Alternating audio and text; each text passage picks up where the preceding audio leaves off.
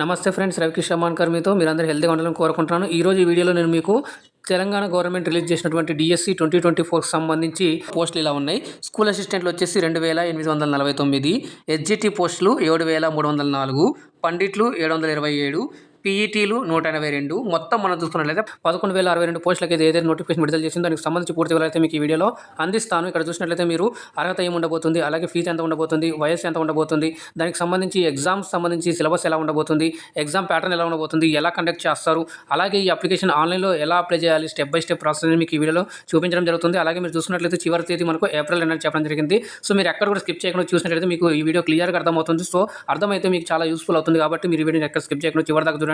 ఇక మీరు చూసుకున్నట్లయితే ఫిబ్రవరి 29న మనకు నోటిఫికేషన్ విడుదల అవ్వడం జరిగింది. దానికి సంబంధించి మీరు మార్చి 4 నుంచి ఆన్లైన్లో అప్లై చేసుకోవచ్చు అని చెప్పడం జరిగింది. మరి దానికి సంబంధించి ఈరోజు మనకు ఆన్లైన్ అప్లికేషన్ కూడా స్టార్ట్ అయిపోయింది కాబట్టి ఈ వీడియో మీకు చివరి దాకా చూసినట్లయితే స్టెప్ బై స్టెప్ ప్రాసెస్ కూడా చూపిస్తాను కాబట్టి మీకు అది చాలా హెల్ప్ఫుల్ అవుతుంది. మరి దీనికి సంబంధించి ఇప్పటివరకు మీరు లైక్ చేయకుంటే ఈ వీడియోని లైక్ చేయండి, అలాగే వీడియోని చాలా మంది కూడా షేర్ చేయండి.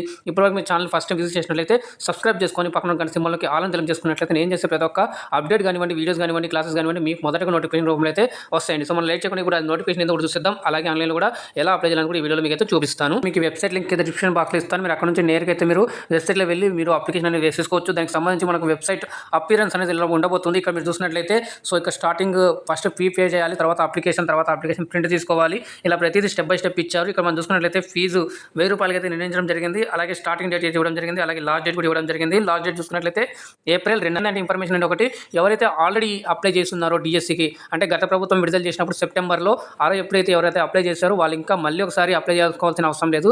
వాళ్ళ అప్లికేషన్స్ అనేవి క్యారీ ఫార్వర్డ్ అయ్యి ఇక్కడ దీనిలో వస్తాయని చెప్పడం మరి జరిగింది. సో అయితే మీరు కూడా ఒకసారి క్యాండిడేట్ లాగిన్ ఇచ్చేసి మీరు ఇక్కడ చూసుకొని చెక్ చేసేసుకోండి. చెక్ చేసుకుంటే మీకు కూడా ఒక క్లారిటీ అనేది వస్తుంది. సో మీకు కూడా ఒక ఖచ్చితత్వం అనేది వస్తుంది. ఇక్కడ మీరు చూసినట్లయితే వెబ్సైట్ ఇలా ఉంటుంది కదా. సో ఇక్కడ మీకు రెడ్ సైడ్లో 3 డాట్స్ కనిపిస్తుంది కదా బ్లూ కలర్ లైన్లో, దాన్ని క్లిక్ చేస్తే మనకి ఇక్కడ దీనికి సంబంధించి మెనూ అంతా కూడా వస్తుంది. చూడండి ఇక్కడ ఇన్ఫర్మేషన్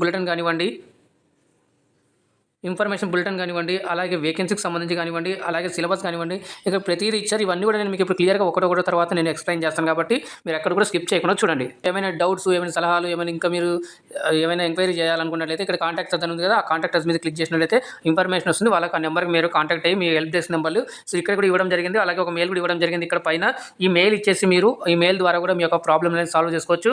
అలాగే నెంబర్ కూడా ఇవ్వడం జరిగింది. ఈ నెంబర్కి కూడా మీరైతే కాంటాక్ట్ అయ్యి మీ యొక్క డౌట్స్ అనేవి కూడా క్లారిఫై చేసుకోవచ్చు. ఇంకా మీకు ఏమైనా ఇంకా ఫర్దర్గా డౌట్స్ ఏమైనా ఉంటే కూడా మీరు నాకు కింద కామెంట్ చేయండి, నేను దాన్ని తప్పకుండా మీతో రిప్లై ఇస్తాను. అప్లికేషన్ చేసేటప్పుడు మీరు 4 స్టెప్స్ అయితే ఫాలో అవ్వాల్సి ఉంది. ఫస్ట్ రిజిస్ట్రేషన్ చేసుకోవాలి, పేమెంట్ చేసిన తర్వాత ఆన్లైన్ అప్లికేషన్ చేయాలి. దాని తర్వాత మీరు ఏదైతే అప్లికేషన్ చేసిన తర్వాత ఆ అప్లికేషన్ అనేది ప్రింట్ తీసుకోవాలి.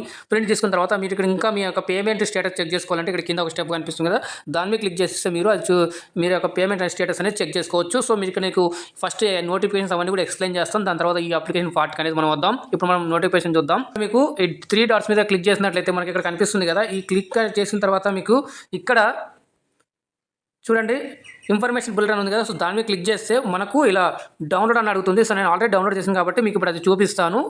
అలాగే డిస్ట్రిక్ట్, సబ్జెక్ట్, కమ్యూనిటీ వైజ్ అనేది మనకు వేకెన్సీస్ కూడా ఇవ్వడం జరిగింది. అవి కూడా నేను మీకు ఇప్పుడు చూపిస్తాను. సో అది మీకు చాలా యూస్ఫుల్ అవుతుంది. ఎక్కడ ఉన్నాయి, ఎక్కడ ఎన్ని ఉన్నాయి మీరు చూసినట్లయితే దానికి అనుగుణంగా మీరైతే అప్లై చేసుకోవాల్సి ఉంటుంది. ఇన్ఫర్మేషన్ బులెటిన్ మీద క్లిక్ చేసి డౌన్లోడ్ చేసుకున్నట్లయితే మనకి ఇలా కనిపిస్తుంది.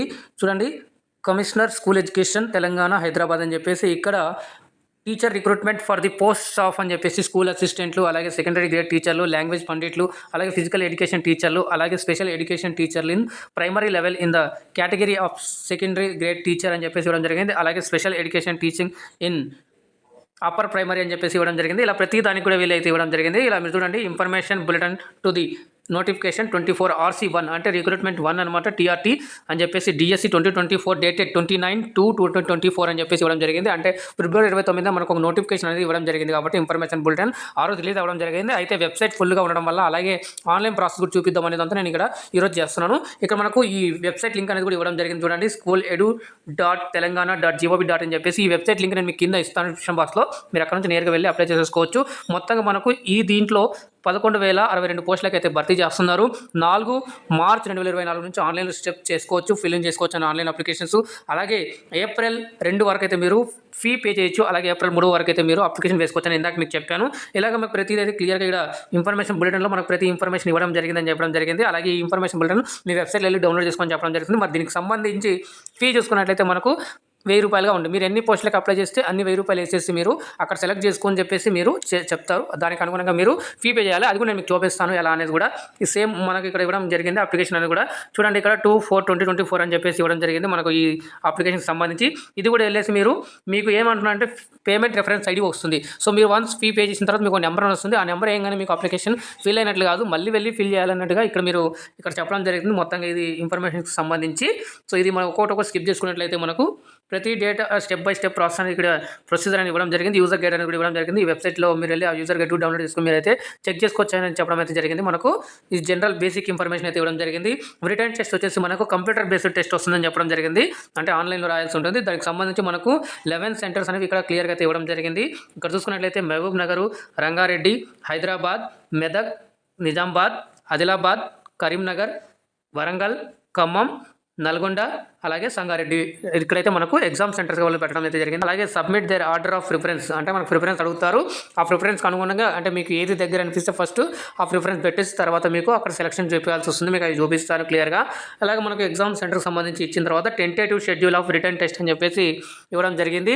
అయితే ఈ ఎగ్జామ్లో మనకు మే కానీ జూన్లో కానీ ఉండొచ్చు అని చెప్పడం జరిగింది. కాబట్టి ఇక్కడ మేము డేట్ అనౌన్స్ చేస్తాము, మేము రెగ్యులర్గా అనౌన్స్ చూస్తామని చెప్పేసి క్లియర్గా అయితే ఇవ్వడం జరిగింది. ఇక్కడ దాంతో పాటుగా మీకు ప్రతిదీ ఇక్కడ క్లియర్గా గవర్నమెంట్ ఆర్డర్స్ ఏవైతే ఉన్నాయో కూడా ఇవ్వడం జరిగింది. అన్నీ కూడా మనకు వెబ్సైట్లో ఉన్నాయని చెప్పడం జరుగుతుంది. అదే రూల్ ఆఫ్ రిజర్వేషన్, అంటే రిజర్వేషన్ వర్తించే రూల్స్ ఏవైతే ఉన్నాయో అవన్నీ కూడా ఇక్కడ క్లియర్గా అయితే ఇవ్వడం జరిగింది. ఆ రిజర్వేషన్కి అనుగుణంగా మేము టీచర్ల భర్తీ అయితే చేస్తామని చెప్పేసి ఇక్కడ డీటెయిల్స్ అయితే క్లియర్గా దీంట్లో ఇవ్వడం జరిగింది. దానికి సంబంధించి ఇప్పుడు మెథడ్ ఆఫ్ రిక్రూట్మెంట్ మనం చూసుకున్నట్లయితే ఈ రిక్రూట్మెంట్ మనకు ఆన్లైన్ రిటర్న్ టెస్ట్ ఉంటుందని చెప్పుకున్నాం కదా. అలాగే ఆన్లైన్ రిటర్న్ టెస్ట్ తర్వాత మనకు ఇక్కడ కొన్ని ఇచ్చారు. ఈ పోస్టులు అయితే క్లియర్గా అయితే ఇవ్వడం జరిగింది. కాబట్టి ప్రతి పోస్టులకు సంబంధించి ఇక్కడ ఫర్ స్కూల్ ఎడ్యుకేషన్స్, అలాగే ఎస్జిటీస్, ఎస్ఏ, ఎల్పీస్ అని చెప్పేసి క్లియర్గా అయితే ఇవ్వడం జరిగింది. మొత్తంగా మనకు 100 మార్కులకి అయితే ఉంటుంది. అందులో కూడా 20% మార్క్స్ అనేవి వెయిటేజ్ తీస్తామని చెప్పడం జరుగుతుంది. అలాగే ఇక్కడ చూసుకున్నట్లయితే మీకు 20% వెయిటేజ్ అని చూసుకున్నట్లయితే Telangana state teacher eligibility test ఉండాలి, లేదా ఏపీ టెట్ అంటే ఆంధ్రప్రదేశ్ టీచర్ ఎలిజిబిలిటీ టెస్ట్. అదే ఇది కూడా ఇక్కడ కొంచెం మీరు గమనించాల్సిన విషయం. So Andhra Pradesh teacher eligibility test కూడా మీకు ఎలిజిబిలిటీ ఉందా ఇక్కడ అని అడగవచ్చు మీరు డౌట్. ఏంటంటే ఎవరైతే బైఫర్కేషన్ అవ్వకముందు అంటే 2014/6 ముందు ఎవరైతే ఏపీ టెట్ రాస్తున్నారో అంటే 2011 ఆ టైంలో రాస్తున్నారో వాళ్ళు దీనికి అప్లై అని చెప్పేసి ఇక్కడ చెప్పడం జరిగింది. ఆ తర్వాత మీరు ఓన్లీ టీఎస్ టెట్ లేదా central teacher eligibility test CTET మాత్రమే అప్లై చేసుకోవాల్సి ఉంటుందని చెప్పేసి అప్లై చేసుకోవాల్సి, దాన్ని మేము కన్సిడర్ చేస్తామని చెప్పేసి అంటున్నారు 20% కింద మీకు.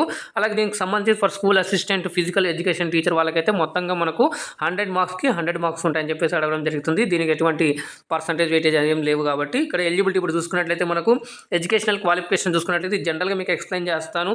సో ఎవరైతే ఉంటారో వాళ్ళకి బ్యాచిలర్స్ డిగ్రీ ఉండాలి, బీఎడ్ ఉండాలి, అలాగే పేపర్ 2, పేపర్ 1 ఎవరైతే స్కూల్ అసిస్టెంట్కి అప్లై చేస్తారో వాళ్ళకైతే పేపర్ 2 ఉండాలి. ఎవరైతే ఎస్జిటీస్కి అప్లై చేస్తారో వాళ్ళకైతే paper 1, TS TET, AP TET లేదా సీటెట్ 1 ఉండాలి. సో ఇవి వాళ్ళు ఇవ్వడం జరిగింది. అలాగే క్వాలిఫికేషన్ పోస్ట్ వైజ్ అని చెప్పేసి ఇవ్వడం జరిగింది. అంటే ఇక్కడ కూడా సేమ్ అండి. ఇక్కడ మీకు జనరల్గా చేసి చెప్తాను, ప్రతి సబ్జెక్ట్కి ఒక్కొక్కటి కాకుండా టైం ల్యాక్ చేయకుండా నేను షార్ట్లో మీకు అర్థమయ్యేలాగానే చెప్తాను. ఇంకా మీకు ఏమైనా డౌట్స్ ఉంటే దానికి సంబంధించిన కింద మీరు అడగండి, నేను దానికి కామెంట్ల రూపంలో నేను మీకు తప్పకుండా రిప్లై అయితే ఇస్తాను. ఇక్కడ ఏమంటున్నారంటే మీ సంబంధిత సబ్జెక్టులలో ఇక్కడ మ్యాథమెటిక్స్ అని ఇచ్చారు, స్కూల్ అసిస్టెంట్ మ్యాథమెటిక్స్. అలాగే ఇక్కడ మీరు చూసుకున్నట్లయితే స్కూల్ అసిస్టెంట్ ఫిజికల్ సైన్స్, అలాగే స్కూల్ అసిస్టెంట్ బయాలజికల్ సైన్స్, ఇలాగ ప్రతిదీ స్కూల్ అసిస్టెంట్ అని చెప్పేసి ఇవ్వడం జరిగింది కదా, సోషల్ స్టడీస్ అని చెప్పేసి. అయితే ఇక్కడ ఏమంటున్నారంటే మీకు సంబంధిత సబ్జెక్టుల్లో డిగ్రీ ఉండాలి, చేసి ఉండాలి, బీఎస్సీ లేదా మీరు అంతకన్నా పోస్ట్ గ్రాడ్యుయేషన్ చేసి ఉన్నా కూడా పర్లేదు. సో ఏమంటారంటే బ్యాచిలర్స్ డిగ్రీ ఉండాలంటున్నారు, ఏది రికగ్నైజ్డ్ యూనివర్సిటీ ద్వారా. అలాగే అందులో మీకు 50% మార్క్స్ అయితే వచ్చి ఉండాలి. అలాగే ఎవరైతే ఎస్సీ, ఎస్టీ, పీడబ్ల్యూడి అంటే దివ్యాంగ్ పర్సన్స్ ఎవరైతే ఉంటారో వాళ్ళకైతే 45% ఉన్నా సరిపోతుందని చెప్పడం జరుగుతుంది. దాంతోపాటుగా మీకు బీఎడ్ ఉండాలి, సంబంధిత ఎన్సిటిఈ ద్వారా చేసినటువంటి బీఎడ్ ఉండాలి. అలాగే దాంతోపాటుగా మీకు టెట్లో మీకు పేపర్ 2 అనేది ఉండాలి స్కూల్ అసిస్టెంట్లు వాళ్ళకైతే. సో ఇది జనరల్గా ఎడ్యుకేషనల్ క్వాలిఫికేషన్ నేను చెప్తున్నాను. సో మీ యొక్క సబ్జెక్టులు ఏవైతే ఉన్నాయో దానికి సంబంధించి మీరు చూసుకోవాల్సి ఉంటుంది. చూడండి ఇక్కడ స్కూల్ అసిస్టెంట్ తెలుగు అని చెప్పేసి, దానికి స్కూల్ అసిస్టెంట్ హిందీ అని చెప్పేసి. సో ఇక్కడ స్కూల్ అసిస్టెంట్ హిందీకి సంబంధించి సంబంధించి వాళ్ళ పారంగత అది చూడండి ఎన్సిటిఈ.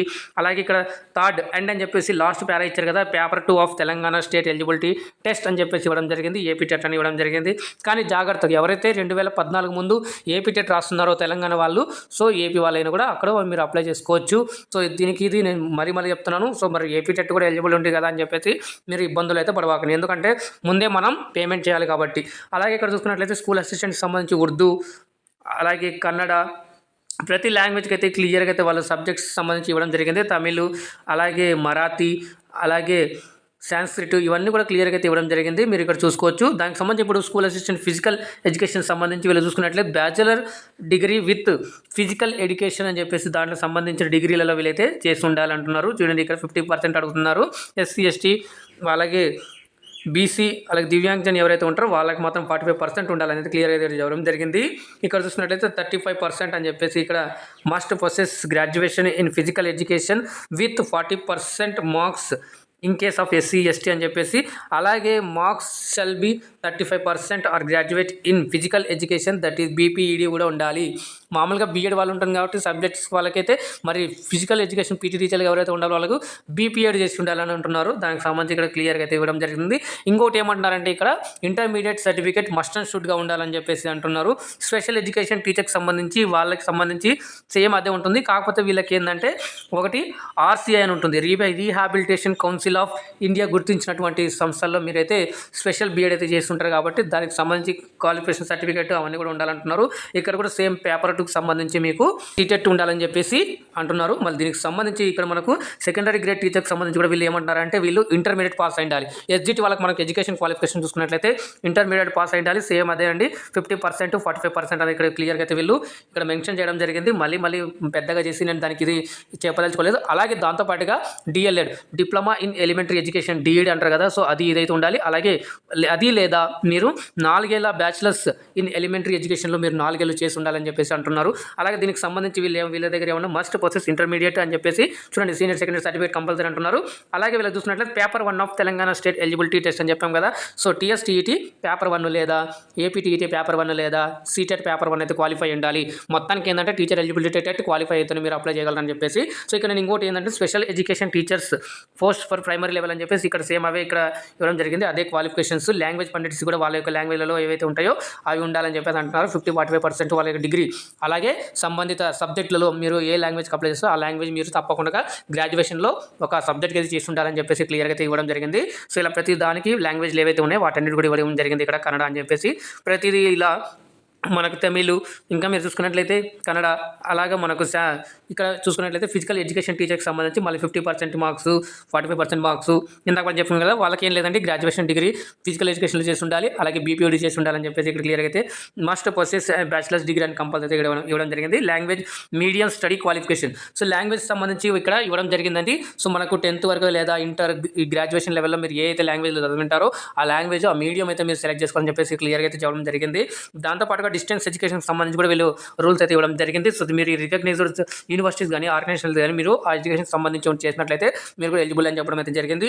అలాగే ఈక్వివలెంట్ క్వాలిఫికేషన్స్ ఉంటాయి కదా, సో మీరు చూసుకోండి తత్సమాన అర్హతలు అంటారు కదా, సో గ్రాడ్యుయేషన్ తత్సమాన అర్హతలు, సో B.Ed తత్సమాన అర్హతలు ఏవైతే ఉంటాయో అవి కూడా ఇక్కడ చేసుకోవచ్చు అని చెప్పడం జరిగింది. ఇక్కడ ఏజ్ మనం చూసుకున్నట్లయితే మనకు 40 years 46 years వరకు అయితే ఇవ్వడం జరిగింది, మనకు ముందే చెప్పడం జరిగింది. సో మినిమం 18 years ఉండాలి, మ్యాక్సిమం 46 years. ఇక్కడ చూసుకున్నట్లయితే మినిమం ఏజ్ 18 అన్నారు కదా, సో ఎవరైతే 1 జూలై 2005 వరకు జన్మించుంటారో వాళ్ళు కూడా ఇక్కడ ఎలిజిబులే, అంటే ఆ ఏజ్ వాళ్ళ లోపల అంటే కింద చేసిన వాళ్ళు కూడా ఎలిజిబుల్ అని చెప్తున్నారు. మరి మ్యాక్సిమం ఏజ్ చూసుకున్నట్లయితే ఇక్కడ 2 జూలై 1977 అంటే 2 జూలై 1977 తర్వాత ఎవరైతే జన్మించుంటారో వాళ్ళు ఇక్కడ ఈ పోస్టులకు కానీ ఈ ఎగ్జామ్కి ఎలిజిబిలిటీ అని చెప్పడం జరిగింది. ఏజ్ రిలాక్సేషన్ కూడా ఇక్కడ వర్తిస్తుందని చెప్పేసి క్లియర్గా అయితే 5 years ఏజ్ రిలాక్సేషన్ ఉందని చెప్పేసి క్లియర్గా మనకు ఇవ్వడం జరిగింది. ఇది మీరు చూసుకోవచ్చు, ఇక్కడ మీకు కూడా కనిపిస్తుంది, లేదా మీరైనా డౌన్లోడ్ చేసుకొని మీరు దానికి సంబంధించిన అయితే చెక్ చేసుకోవచ్చు అని చెప్పేసి ఇవ్వడం జరిగింది కొన్ని రూల్స్. అలాగే process for conduct of DSC 2024 అని చెప్పేసి ఇవ్వడం జరిగింది. ఇలా మనకు కమిషన్ ఎగ్జామ్స్ అయ్యి ఉంటాయి, కంప్యూటర్ బేస్డ్ ఎగ్జామ్ అని చెప్పడం జరిగింది. సో జనరల్గా మనకు తీసుకున్నట్లయితే దీనికి సంబంధించి ప్రతిదీ క్లియర్గా ఇన్స్ట్రక్షన్స్ అయితే ఇవ్వడం జరిగింది. అలాగే ఇష్యూ ఆఫ్ హాల్ టికెట్స్ అని కూడా క్లియర్గా ఇవ్వడం జరిగింది. ఈ కమిషనర్ ఆఫ్ ఏదైతే స్కూల్ ఎడ్యుకేషన్ ఉందో దాంట్లో మనకు తెలంగాణ దానికి సంబంధించి మీకు ఇష్యూ చేస్తారు, హాల్ టికెట్లు అనేది ఇవ్వడం జరిగింది. అలాగే publishing of the initial key and filing of objections. So ఇది కూడా వీళ్ళు ఎగ్జామ్ అయిన తర్వాత మేము డిస్ప్లే చేస్తామని చెప్పేసి క్లియర్గా అయితే ఇక్కడ ఈ ఎగ్జామ్కి సంబంధించి మేము డిస్ప్లే చేస్తాము. ఇవన్నీ మీరు చేసేసి ఏమైనా అబ్జెక్షన్స్ ఉంటే మాకు తెలపొచ్చు అని చెప్పేసి క్లియర్గా ఇక్కడ అబ్జెక్షన్లన్నీ కూడా స్వీకరిస్తామని చెప్పేసి క్లియర్గా అయితే చెప్పడం జరిగింది. దానికి సంబంధించి information relating to computer based test ఇవన్నీ కూడా ఇవ్వడం జరిగింది. చూసుకున్నట్లయితే సెలక్షన్ ప్రాసెస్ అనేది కూడా ఇక్కడ క్లియర్గా ఎలా సెలెక్షన్ చేస్తామనేది క్లియర్గా మనకు నోటిఫికేషన్లో ఇవ్వడం జరిగింది. కాబట్టి చూడండి ఇక్కడ మనకు టెట్ నేమ్ వచ్చేసి మనకు ఏపీ టెట్ లేదా టీఎస్ టెట్ సీటెట్ అనమాట.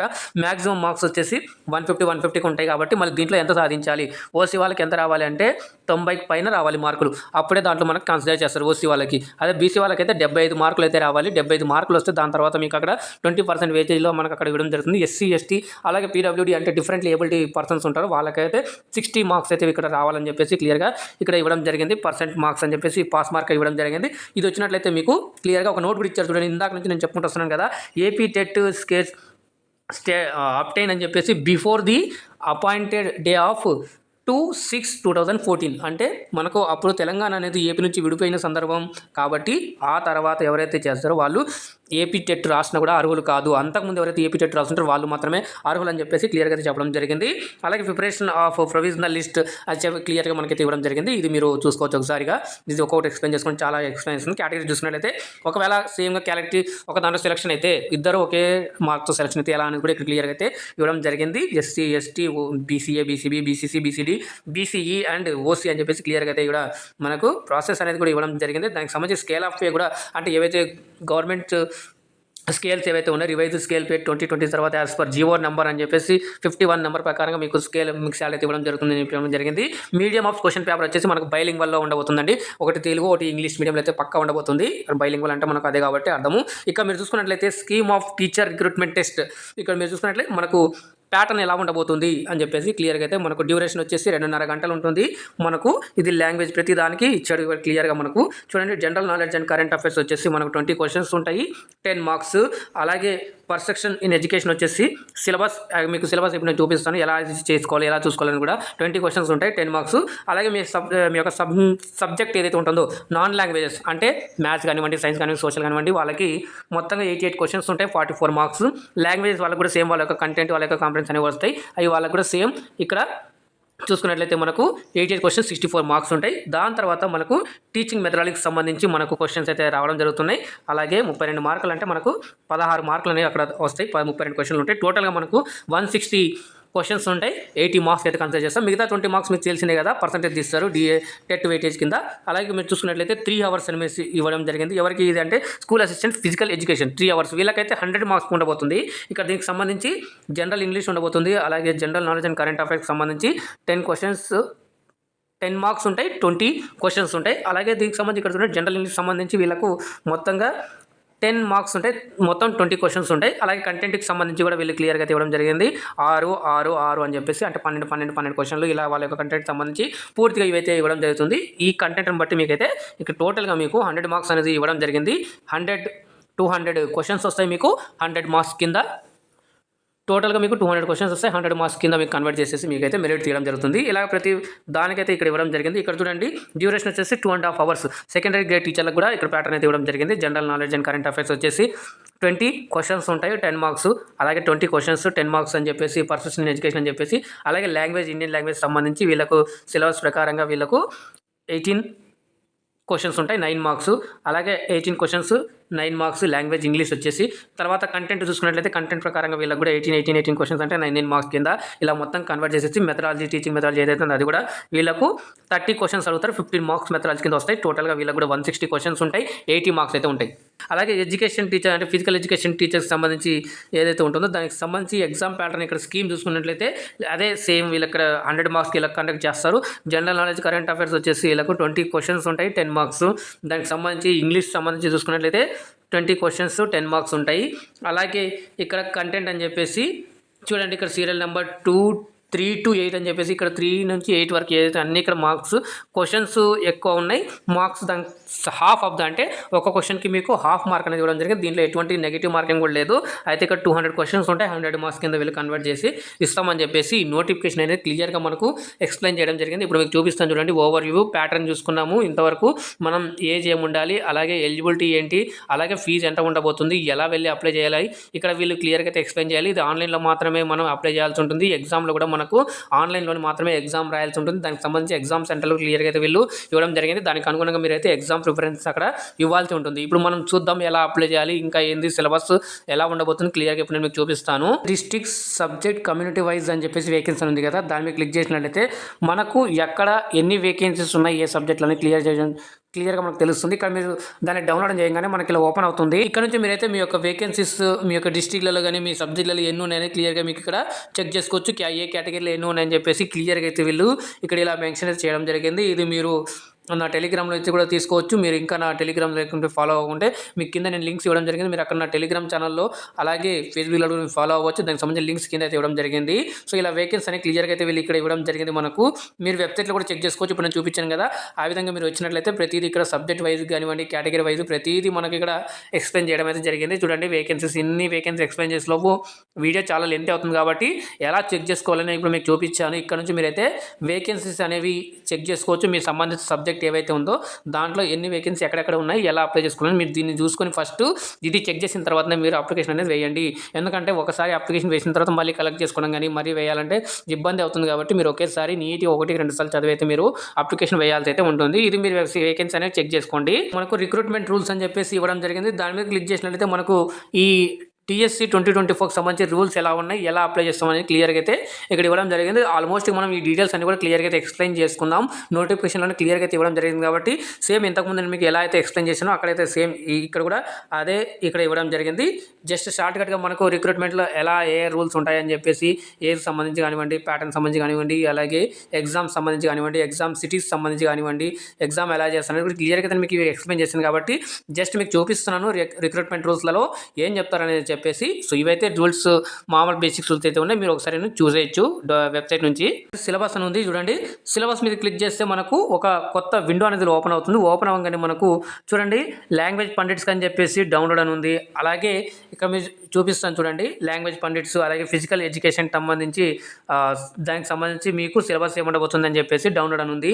అలాగే స్కూల్ అసిస్టెంట్స్ సంబంధించి ఆల్ సబ్జెక్ట్స్ అనమాట.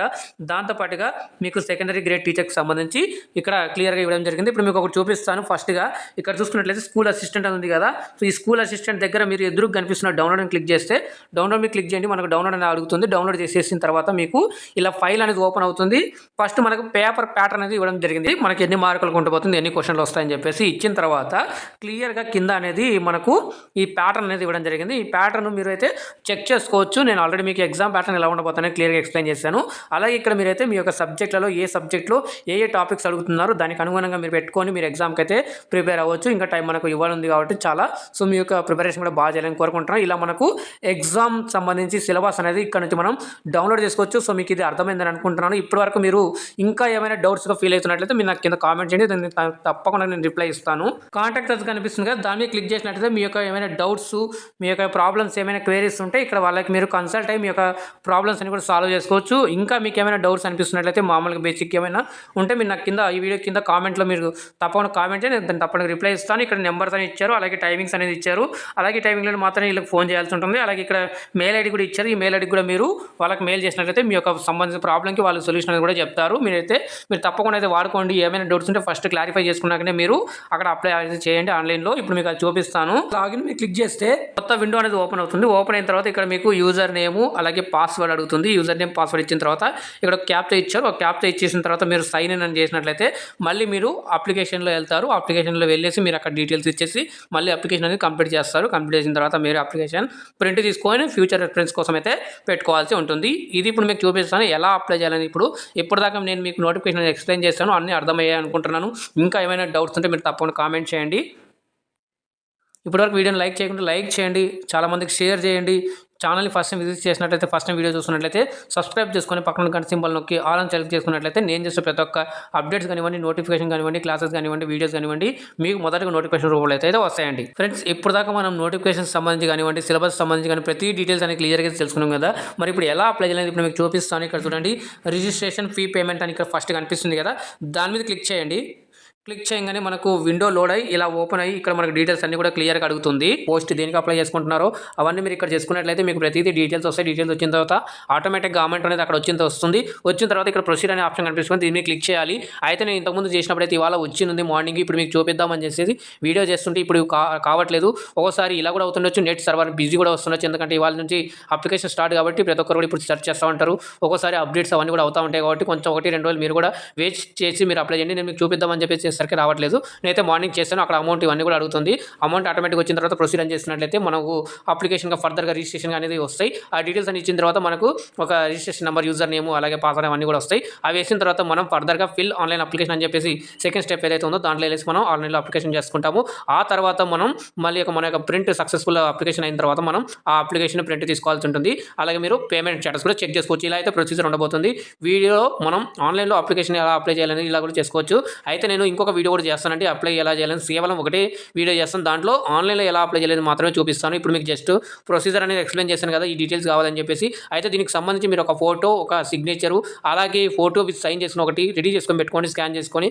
దానికి సంబంధించి ఇంకా మీకు అయితే పర్సనల్ డీటెయిల్స్ కానివ్వండి, అడ్రస్ కానివ్వండి, మీ యొక్క క్వాలిఫికేషన్ డీటెయిల్స్ కానివ్వండి, అన్ని దగ్గర పెట్టుకొని ఫస్ట్ అయితే ఏర్పాటు చేసుకొని మీ యొక్క వేకెన్సీ అనేవి బాగా ఒకటికి 2 సార్లు నోటిఫికేషన్ చదివిన తర్వాత వేకెన్సీస్ ఎక్కడెక్కడ ఉన్నాయో ఒకసారి క్లియర్గా చూసేసుకొని ఒకటేసారిగా నీట్గా నిదానంగా కూర్చొని అన్ని అప్లై అయితే చేయాలి. సో ఈ ప్రాసెస్ నేను మళ్ళీ మీకు ఎక్స్ప్లెయిన్ చేస్తాను. ఇదొకటి చూపించలేనందుకు నేను చింతిస్తున్నాను. సో మీకు ఏమైనా డౌట్స్ ఉంటే నాకు కింద కామెంట్ చేయండి, తప్పకుండా అయితే రిప్లై ఇస్తాను. అలాగే ఇప్పటివరకు మీరు లైక్ చేయకుండా లైక్ చేయండి, వీడియోని షేర్ చేయండి. ఛానల్ ఫస్ట్ విజిట్ చేసినట్లయితే సబ్స్క్రైబ్ చేసుకున్నట్లయితే నేను చేసే ప్రతి ఒక్క అప్డేట్స్ మీకు మొదటగా నోటిఫికేషన్ రూపంలో అయితే వస్తాయండి. Move forward with positive vibrations అండి. మీరు జాగ్రత్తగా ఉండండి, సురక్షితంగా ఉండండి. మళ్ళీ కలుద్దాం మరొక అప్డేట్ వీడియోతో. అందాక ధన్యవాదాలు. జై హింద్.